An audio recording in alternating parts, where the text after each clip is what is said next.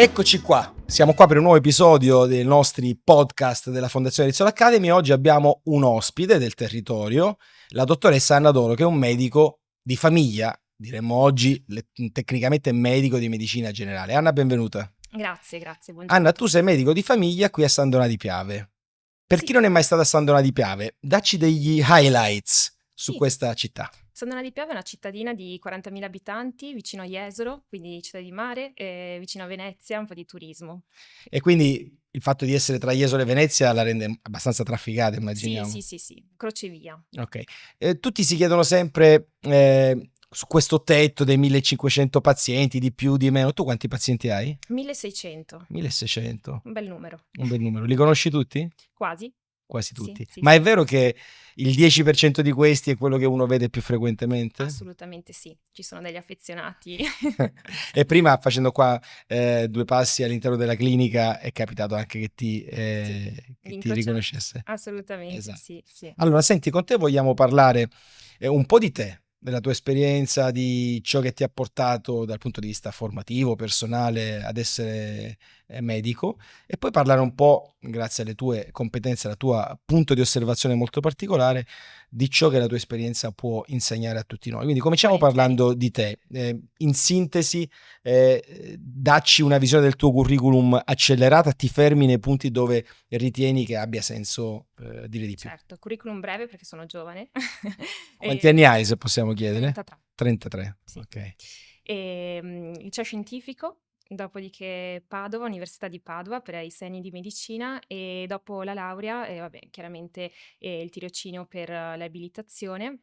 Dopo l'abilitazione ho fatto la formazione specifica, il corso di formazione specifica in medicina generale, che è proprio un corso proposto dalla Regione Veneto che forma appunto i medici a diventare medico di medicina generale. Appunto. Allora, perché medico di medicina generale? Cioè, quando hai capito che poteva essere una strada? Perché oggi di medici c'è molta carenza, un po' in tanti ambiti, no? L'emergenza urgenza, gli anestesisti, eccetera. Tu hai scelto un percorso che poi è specifico. Sì, perché mi incuriosiva l'ambulatorio della medicina generale, perché a differenza di altri ambulatori è molto vario. Si spazia molto, ogni volta che il paziente entra dalla porta ti porta una problematica diversa, sempre differente, e quindi appunto mi catturava molto questa diversità nei temi che si possono trattare. Oggi, tornando indietro, risceglieresti lo stesso percorso? Sì. E allora, con riferimento alla formazione, secondo te quali sono gli aspetti tra quelli che tu hai ricevuto come elementi formativi che più hai ritrovato utili nel tuo lavoro rispetto al percorso fatto? Allora, dal punto di vista universitario è un po' carente la comunicazione, però ci siamo rifatti dopo nel percorso dei 3 anni di formazione, perché l'affiancamento con tutor, quindi con medici di medicina generale, ha aiutato moltissimo, perché aiuta appunto la gestione del paziente, si capisce un attimo come entrare in sintonia e parlare con il paziente anche di temi Quindi molto difficili. comunicazione segno meno, diciamo, poteva essere di più. Cos'altro? Beh, la formazione clinica, scientifica c'è stata, è buonissima sia nel percorso universitario che dopo, quella è chiaramente la base, deve esserci, quindi quello è un segno assolutamente positivo più. Oggi, se pensi ad una tua giornata tipo, che cosa, al di là delle competenze, delle conoscenze cliniche e comunicative, possono fare la differenza? La relazione con il paziente, che è un po' il punto su cui dopo si centra tutta la mia professione, perché avere una relazione continuativa con il paziente permette di creare con lui un rapporto di fiducia che dopo va a rispecchiarsi, anche influenzare il rapporto di cura, che è l'obiettivo. Questa cosa che mi dici mi dà il destro per farti anche un'altra domanda, che un po' è nella, diciamo, cognizione di tutti, che è quella che la figura del medico di famiglia, nello specifico, è cambiata negli ultimi decenni, no? Abbiamo in mente quei film dove c'era questa persona con questa borsa dalla forma specifica che andava in giro per le case o riceveva spesso, diciamo, molto elegante. Oggi E se tu ci dovessi aiutare a capire in quale fase esattamente storica ci troviamo rispetto a questa figura e come è cambiata nel tempo, cosa ci diresti? Io penso che siano cambiate le modalità, la sostanza, non è cambiata e penso nemmeno debba cambiare, che appunto il nucleo, il rapporto che il medico ha col paziente. Son cambiate di sicuro le modalità perché, appunto adesso sono nuove tecnologie, c'è una organizzazione diversa. C'è la segreteria, ad esempio io lavoro in una medicina di gruppo integrata in cui c'è servizio di segreteria che fornisce appunto al paziente l'opportunità di recarsi dal medico e appunto di fruire di questo servizio in modo più facile. Parleremo quindi sia di organizzazione che di tecnologia. Cominciamo dall'organizzazione. Intanto, diciamo, l'organizzazione del mondo sanitario cambierà notevolmente nei prossimi anni. Siamo ancora in una fase iniziale, però abbiamo già cominciato a far confidenza con termini come, con espressioni come medicina di comunità, ospedali di comunità, case di Mh-mh. comunità, o comunque quella di portare quanto più possibile fuori dagli ospedali la cura, Sì, infermieri che seguono certi territori. sì. Eh, Questo secondo te ci vede già pronti culturalmente per questo passaggio o ancora no? Ci stiamo arrivando. Di sicuro è importante decentrare le cure e quindi spostarle dall'ospedale al territorio. A livello culturale è ancora molto, molto, ferma, l'importanza dell'ospedale, quindi si pensa che l'ospedale, un po' come una volta, si entrava e si risolveva qualsiasi problema. Non è più così.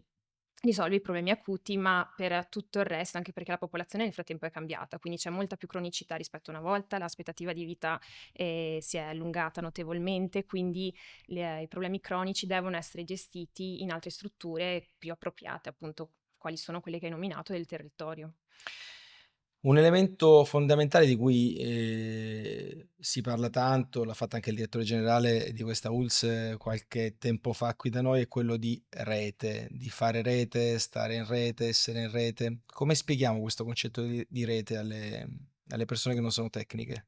Allora, facciamo un esempio. Molto semplicemente, mi è capitato anche ieri, se devo gestire un paziente, una paziente e, ho il contatto del collega medico della struttura e posso mettermi appunto in contatto direttamente con loro, è più facile la gestione, posso spiegare alla paziente cosa andrà a fare e la paziente si sentirà molto più, rassicurata, presa in carico. Quindi, questo va ad aiutare sia noi medici a fare rete, perché appunto in questo modo si lavora meglio, e sia aiuta il paziente, perché il paziente che in quel momento si trova in una situazione di difficoltà, insomma, è una situazione fragile, si sentirà più appunto preso in carico.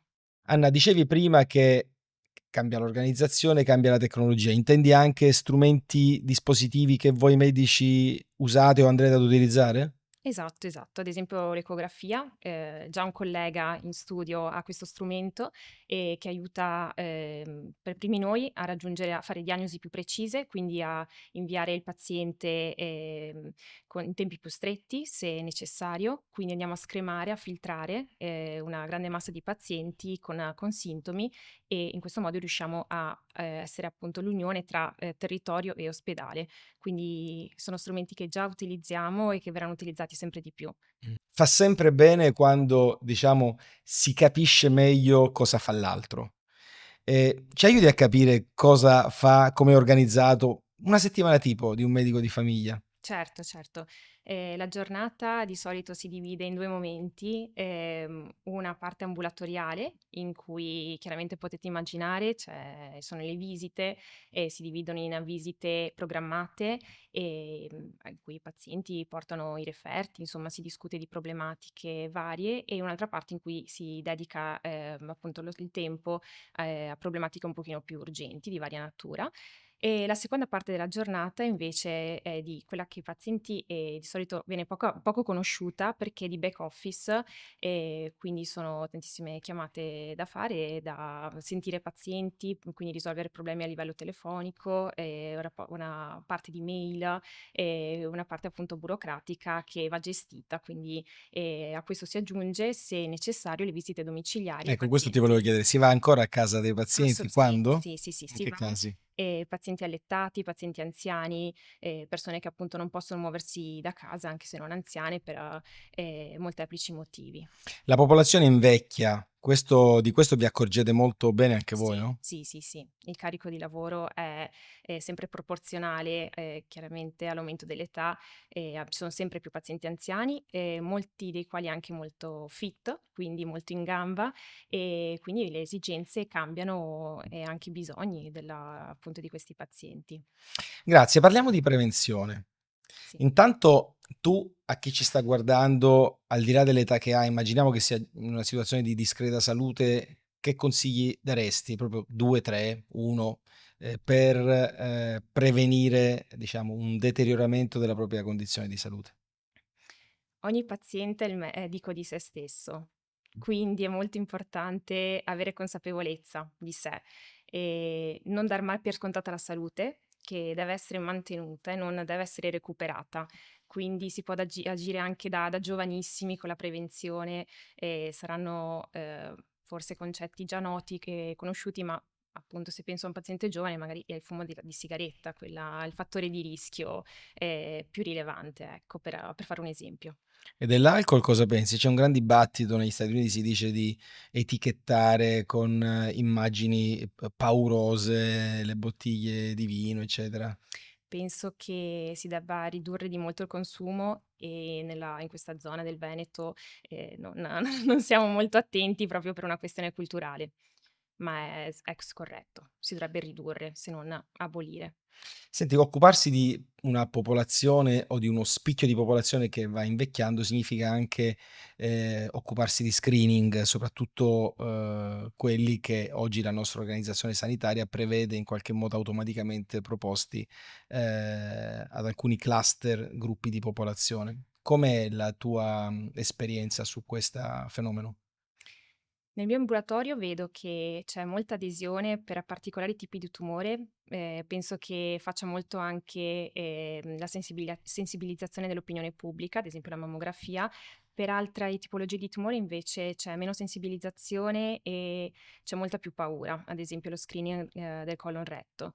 C'è molta meno adesione, Ma è il fatto che l'esame è invasivo o no, comunque perché l'esame non è assolutamente invasivo e spesso parlando con i pazienti noto che c'è proprio la paura del risultato. quindi c'è ancora quella cosa, "Non voglio saperlo". Sì, molto, molto. E come si fa,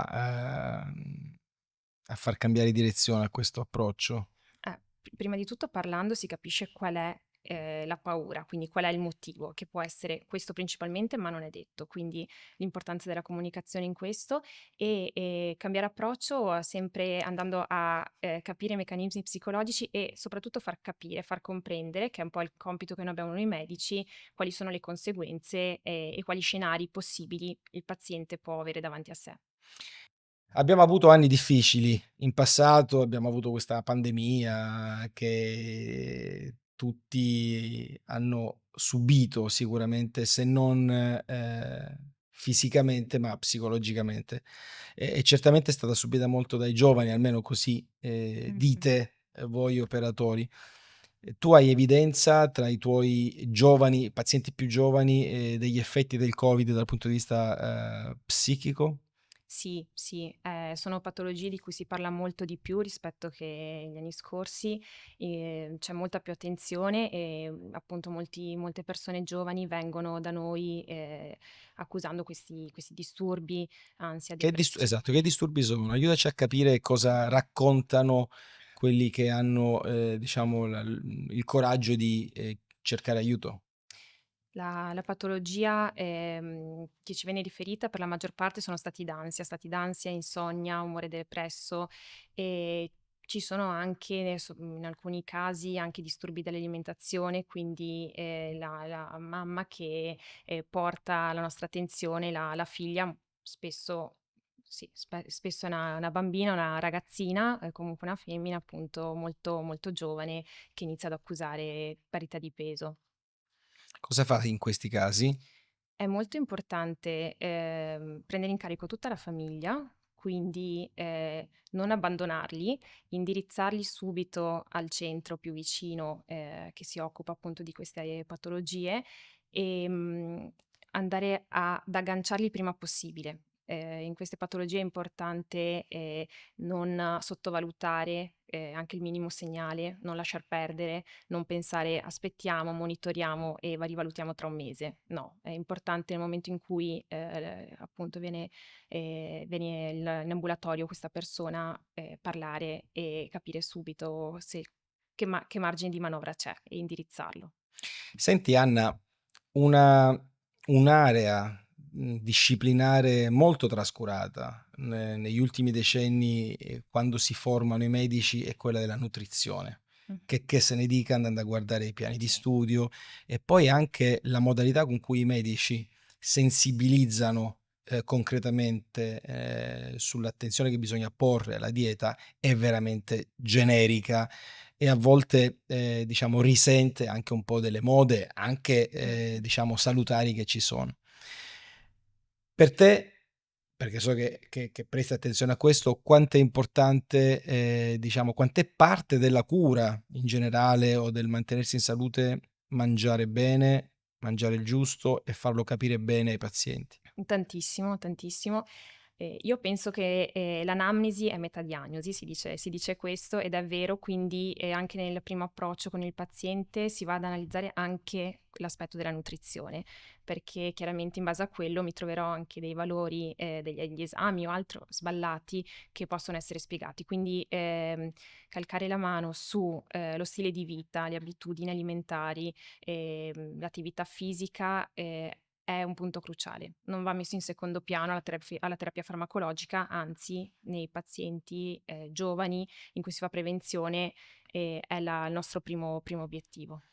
Un'altra cosa che sta tornando prepotentemente di moda in termini di importanza è, tutto il complesso degli esami di laboratorio che per molti anni, recenti, si sono guardati, anche per il fatto che costano non troppo, con una minore fiducia rispetto a esami genetici, eccetera. E invece qualcuno dice che monitorare per esempio il nostro colesterolo di tanto in tanto è molto più utile forse che accanirsi su test genetici. Cosa ne pensi? Sono assolutamente d'accordo. La tendenza, è che ci sia una ipermedicalizzazione, è una tendenza a mio parere sbagliata, scorretta. Molto spesso, acquisire uno corretto stile di vita e fare dei controlli che appunto il medico di famiglia può suggerire, possono essere dei semplici esami del sangue, già ci danno un'indicazione molto completa dello stato di salute di quella persona. Torniamo a te così chiudiamo anche questa chiacchierata. A te come persona che adotta nella propria vita un certo stile, magari fisico o di dieta, eccetera, tu come ti mantieni in salute? Allora, faccio attività fisica, vado a correre 1 volta alla settimana, faccio yoga, molto importante per la schiena, anche questo ribadisco molto ai miei pazienti per prevenire la lombalgia, e faccio una ginnastica, sempre 1 volta alla settimana, quindi siamo a 3 volte alla settimana e mangio tanti legumi, poca carne, legumi e verdure, è quello che suggerisco. Bene, senti, se potessi dare un consiglio a un medico che comincia adesso, a fare la tua attività e un consiglio o un'osservazione a uno invece che è molto avanti dal punto di vista della carriera e potrebbe trovare utile, questo messaggio che gli mandi. Quindi guarda in camera, parliamo a un giovane medico di medicina generale e ad uno più, esperto, diciamo.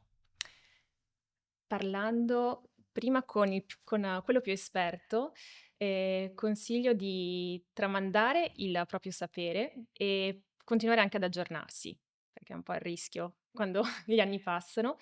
Invece al giovane medico, consiglio di esplorare qualsiasi esperienza, vivere appieno qualsiasi esperienza formativa intendo, perché qualsiasi cosa, anche, 2 parole con l'infermiere possono far acquisire delle competenze, delle conoscenze in più. Bello questo messaggio di chiusura. Qualcuno diceva: "Fatti non foste a viver come bruti, ma a cercare e continuare a cercare". Grazie per essere stata con noi, in bocca al Grazie a lupo. voi, grazie. A presto.